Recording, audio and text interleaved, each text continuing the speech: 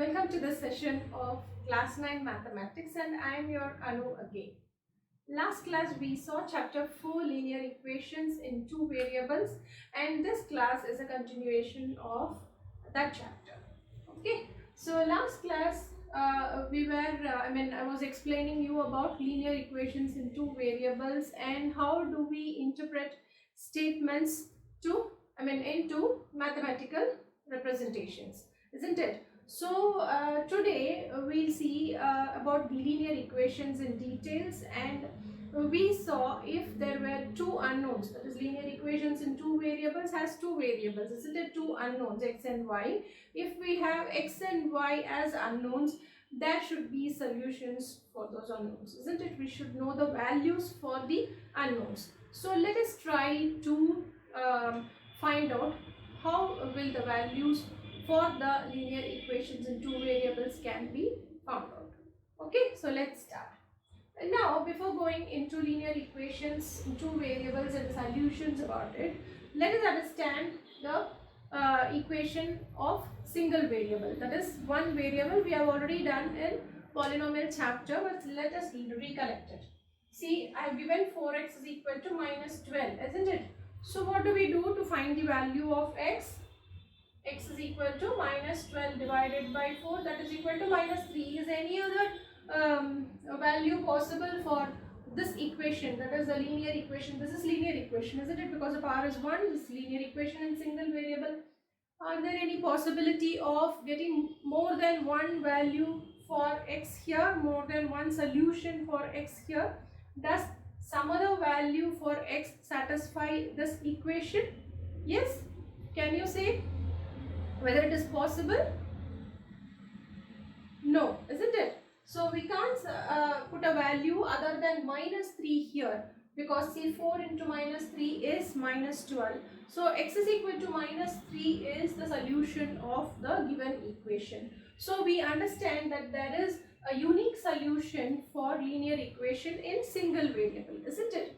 So when we add another variable to the equation, when another variable gets added to the equation, what is the big difference it is going to make? So that is what we are going to see today. So we have, just remember, equations, linear equation in single variable has only one solution. So by extending it to two variables, what is the big difference we are going to see? So that we'll find out. See, 4x plus 5y is equal to 20. Now we need to find the values for x and y, isn't it? So what do we do is, just by trial and error, we substitute x is equal to 1. I substitute x is equal to 1. For example, I give the value x is equal to 1. Okay. So when x is equal to 1, what happens? 4 into 1 plus 5y is equal to 20, or 5y is equal to 20 minus 4, that is 16, or y is equal to 16 divided by 5. You get a value of y 16 divided by 5. Okay, y can take any number of values. We have stated in the beginning itself x and y are real numbers, so it can take any value. Y is equal to 16 divided by 5 we get, for x is equal to 1. And now when I substitute x is equal to 0, see what happens when x is equal to 0. So when x is equal to 0, this term vanishes and we get 5y is equal to 20. 5y is equal to 20, y is equal to 4. That is 20 divided by 5, which is equal to 4. See, I have y is equal to 4. When x is equal to 0, I have y is equal to 4. So now when I substitute x is equal to 1, I have y is equal to 16 by 5. When I substitute x is equal to 0, I have y is equal to 4. This can be done in another way also. Like when I substitute y is equal to 0, when I give the value 0 for y, what happens? This term vanishes and I have 4x is equal to 20, or x is equal to 20 divided by 4, which is equal to 5, or x is equal to 5. Now I list out the values which I have substituted here. See, x is equal to 1, y is equal to 16 by 5. When x is equal to 0, y is equal to 4. When y is equal to 0, x is equal to 5. So I have three set of values. Do you think finding out values for x and y will stop with these three values? Do you think? No, certainly it is not. We can substitute as many values as possible for x and we can find out the corresponding values for y, or we can substitute values for y. We can assign values for y and we can get corresponding values for x. So does it end somewhere? Does this process end somewhere? We can stop. I say this is the limit. I can say will I be able to say yes, these are the values for x and these are the values for y for this particular equation. Is it possible for me to say? No, it is not, because I can substitute infinite values for x. I can get corresponding values for y. Likewise, I can assign values for y, infinite values for y, and I can get corresponding values for x. So what does it mean? So remember, in the beginning I told you what is the big difference it is going to make by just extending one variable to the linear equation, and single variable has x. By just extending it to two variables, see, we have a huge difference, because linear equation in single variable has a unique solution, has only one solution. But in the case of linear equation of two variables, we can get infinitely many number of solutions. Do you understand? So how is it possible? I have demonstrated to you. So for each value of x, I get corresponding value for y. So I can substitute, or I can assign infinitely many number of values for x to get the value for y. So how it is written? How is the solution written? So we saw we get two values, that is x and y, the solution of the linear equation in two variables. So it is written in the form of ordered pair. This is called ordered pair, x comma y. First x should be written and then y should be written. This is the convention. And see, I can write the solution for the above equation as 1, 16, 5, 0, 4 and 5, 0 and so on. I can get many number of values. Okay. So this is how the solution of the given equation is written in ordered pairs. Pair of numbers 1, 16 by 5, 0, 4 and 5, 0. So that is how solution of the linear equation is found out. The easy method for you to find the solution of the linear equation in two variables is you substitute x is equal to, first you substitute x is equal to 0, you will get the corresponding value for y. Then you substitute y is equal to 0, you will get the corresponding value for x.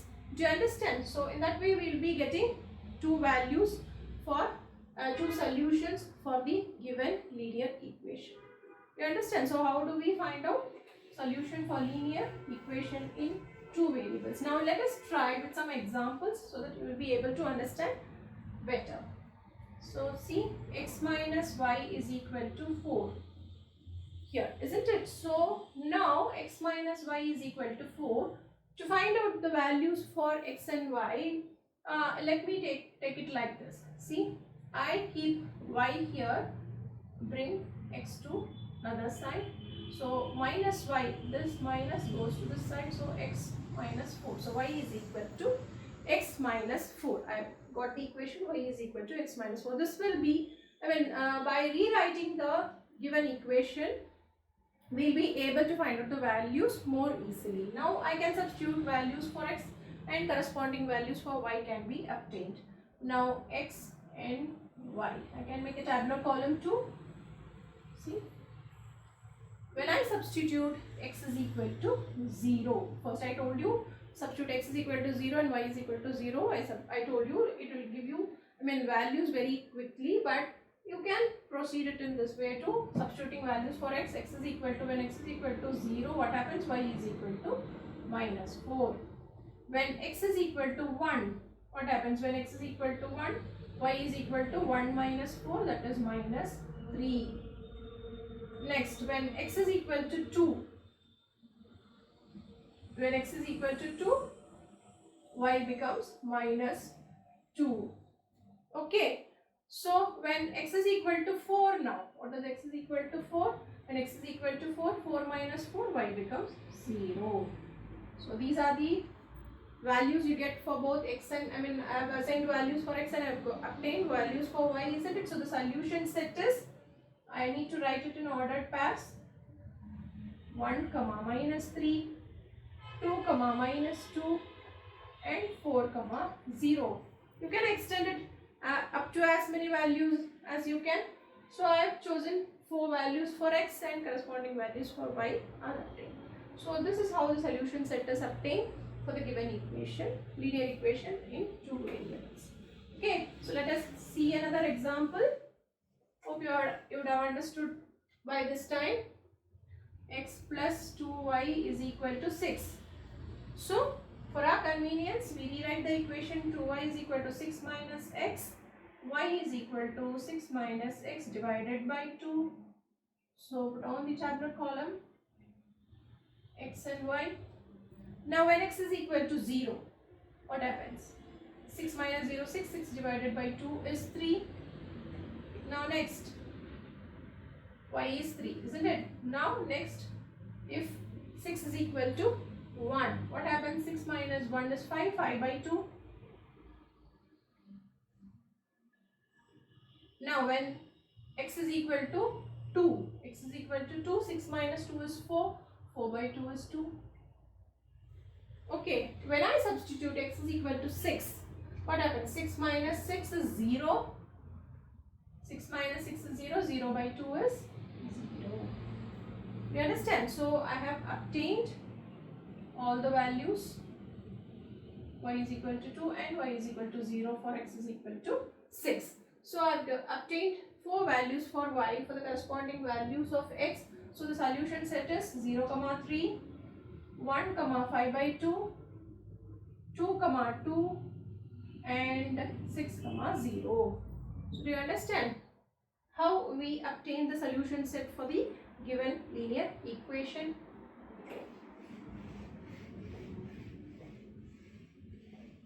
Now the next, see, observe carefully. You have a remark for this equation 2.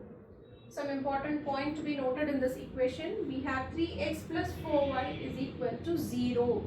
So in the previous equations we saw we had some constant to the right side, isn't it? Now we have 0 here. So observe carefully.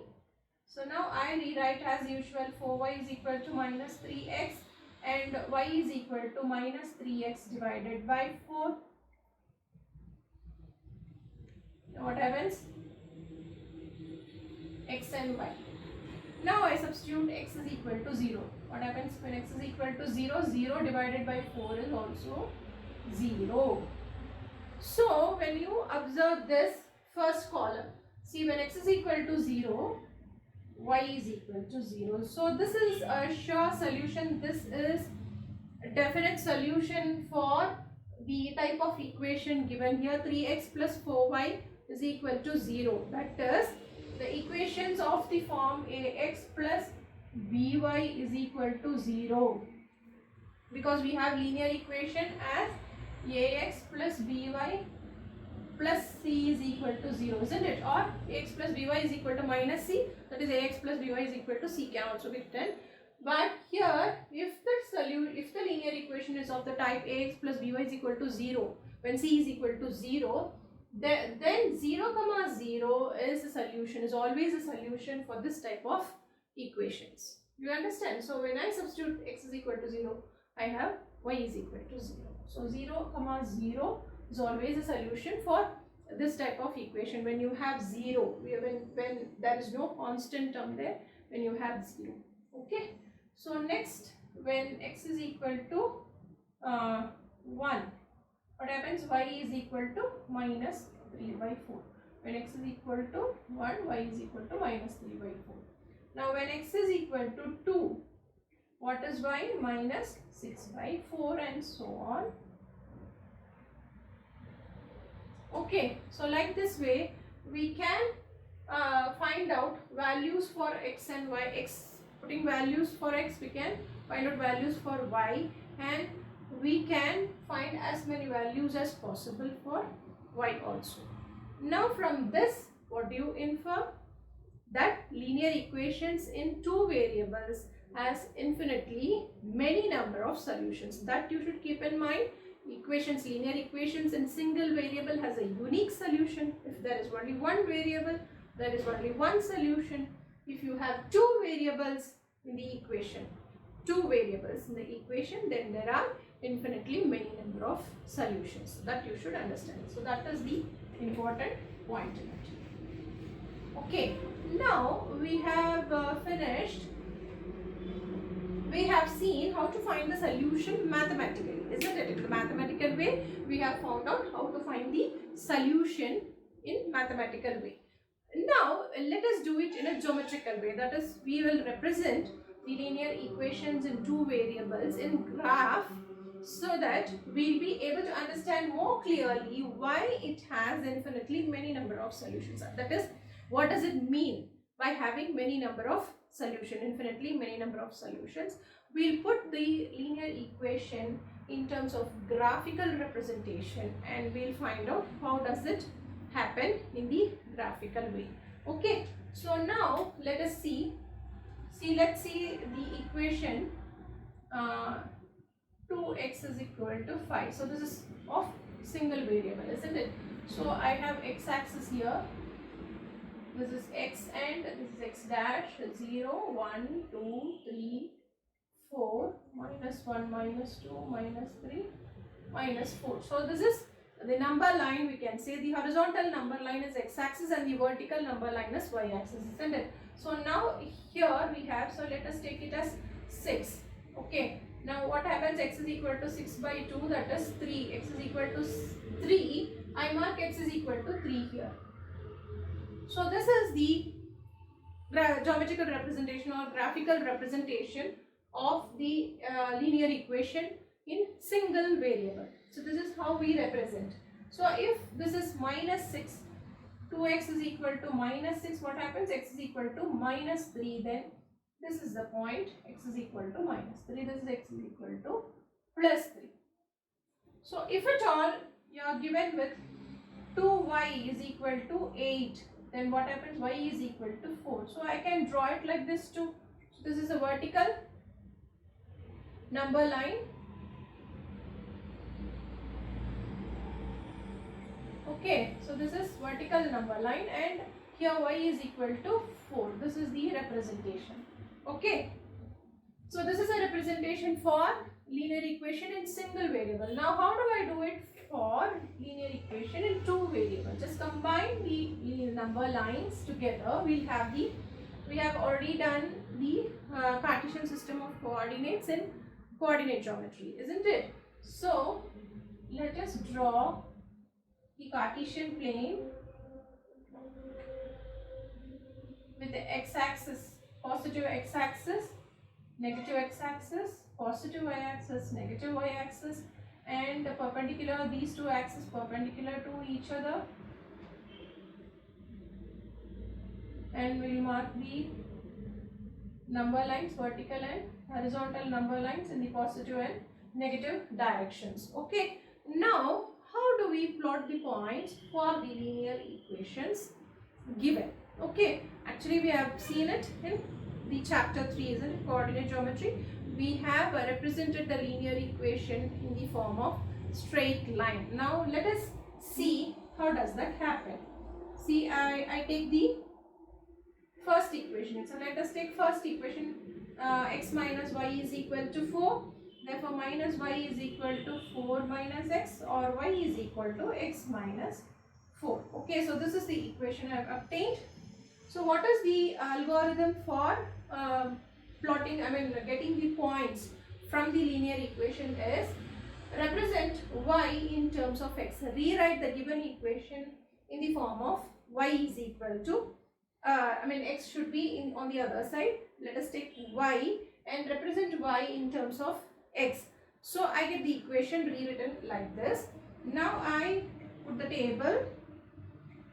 We have already done this, isn't it? When x is equal to 0, y is equal to minus 4. When x is equal to 1, y is equal to minus 3. When x is equal to 2, y is equal to minus 2. When x is equal to 3, y is equal to minus 1. When x is equal to 4, y is equal to 4. Just substitute the values for x and find the values for y. Now start plotting the points. 3, 4, 5, 6, minus 1.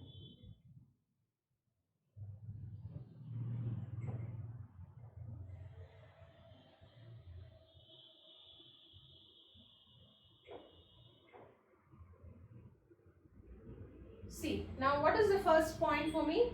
0, comma minus 4. So where is 0, comma minus 4? 0, comma minus 4. So this is my first point. The second point is 1, comma minus 3. See, 1 here and minus 3 is here. So this is my second point. 1, comma minus 3. What is the third point? 2, comma minus 2. See, 2, comma minus 2. What is the third point? 3, comma fourth point. 3, comma minus 1. Okay, what is the last point? 4, comma 0. So 4, comma 0 here. You see? Let us join all the points.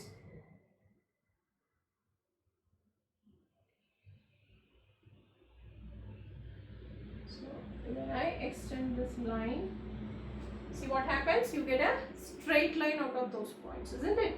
So since we have a straight line from the points obtained from the linear equation in two variables, this is called a linear equation because we have a line, isn't it? We have a line. So this is the geometrical meaning, or this is the graphical representation of the linear equation in two variables.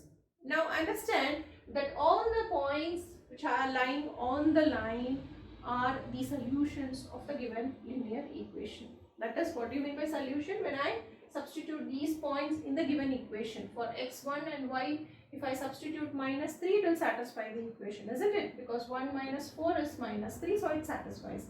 So whatever points are there in the line which lie on the line are the solution of the given equation. And the solutions, the points obtained, we have obtained, isn't it, some points x and for x and y. Those points definitely lie on the line. Okay, so that is true. So every point is a solution of the given equation, and the solution has to lie on the straight line we have drawn using the points. So when I extend this line and I mark some point here somewhere on the line, so that will be solution of the given equation. Now let us see some other point which doesn't lie on the line. So let us take 3, 2. So does this lie on the line? This point? No, it doesn't lie on the line, isn't it? So 3, 2. When I substitute 3, 2 in the equation, 3 is x. So 3 minus 4, that is minus 1. But what is y? It is 2. So this is not equal. So it doesn't satisfy the given equation. So this is not a solution. So we have found out that, we have come to a conclusion that the point which doesn't lie on the line is not a solution for the given equation. So I think you understood the concept of the geometrical, the graphical representation of the linear equation in two variables, isn't it? And we can extend the line endlessly, and all the points in the line form the solution of the given equation. So you understand that there are infinitely many number of solutions for the given equation. That is, linear equation in two variables has infinitely many number of solutions for x and y. Do you understand? So by seeing this you can understand, isn't it? So every point on the line is a solution of the linear equation, given linear equation.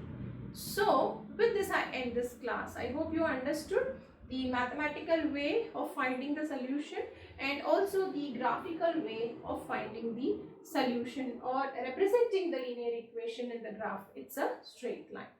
Okay, so in the next class we'll be seeing some more examples showing the graphical representation of the linear equations. We'll see some more examples and some more equations, that is lines drawn in the graph, lines drawn in the Cartesian plane has some, the lines actually, this line is represented by this equation, isn't it? So we have some more lines like parallel to this y-axis, parallel to x-axis, and the x-axis and the y-axis itself, they have some linear equations, they have representation in terms of linear equations. So we see that in the next class.